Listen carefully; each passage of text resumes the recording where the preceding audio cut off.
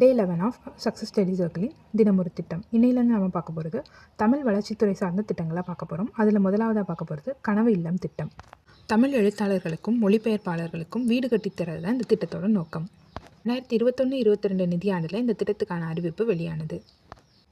தமிழ் எழுத்தாளர்களில் யாரெல்லாம் இந்த திட்டத்துக்கு தகுதியானவங்க அப்படின்னு பார்த்தோன்னா, சாகித்ய அகாடமி விருது பெற்றவங்க, ஞானபீட விருது பெற்றவங்க, central institute of classical Tamil மூலமாக தொல்காப்பியர் விருது பெற்றவங்க, கலைஞர் மு கருணாநிதியோட செம்மொழி தமிழ் விருது பெற்றவங்க, நோபல் பரிசு இலக்கியத்துக்காக வாங்கினவங்க, தமிழ் மொழி மற்றும் தமிழ் இலக்கிய பணிகள் ஆற்றுபவர்களுங்க.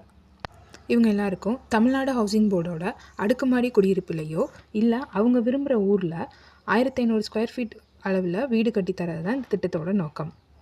மொழிபெயர்ப்பாளர்களில் யார் யாரெல்லாம் தகுதியானவங்கன்னா, சாகித்ய அகாடமி விருது தமிழ் மொழிபெயர்ப்புக்காக பெற்றிருந்தாங்கன்னா அவங்க இந்த திட்டத்தின் மூலம் தகுதியானவங்க. அவங்களுக்கு ரூபாய் 40 லட்சம் வரைக்கும் இந்த திட்டத்தின் மூலம் பயனடையும். ஒரு நிதியாண்டுக்கு மொத்தம் 10 விருதாளர்களுக்கு இந்த திட்டத்தின் மூலம் வீடு கட்டி கொடுத்துட்ருக்காங்க.